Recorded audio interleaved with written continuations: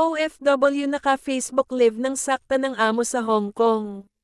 Nag-live sa social media ang overseas Filipino worker, OFW, na si April Jane Dadula para ay pakitang nilayasan niya ang amo na umano'y inaabuso siya.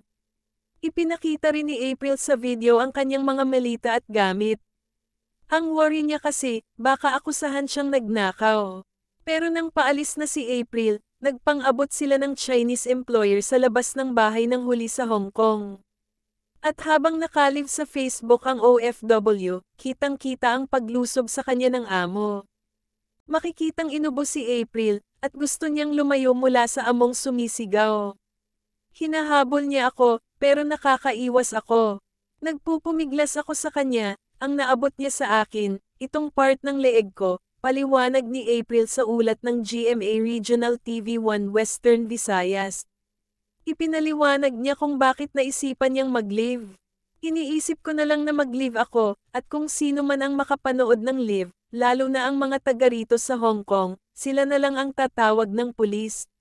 Naipaaresto ni April ang Chinese employer, pero agad umanong nakalaya ang huli matapos nitong makapagpiyansa. Nanunuluyan si April sa isang shelter habang inaasikaso ang pag-uwi niya sa bansa. Nagtungo si April sa Hong Kong noong December 2022. Mabait ang una niyang amo, pero kalaunan ay lumipat ang employer niyang ito sa China. Ang nilipatan niya ay ang nananakit na employer. Makalipas daw ang ilang linggo ay nagbago ang pakikitungo nito kay April.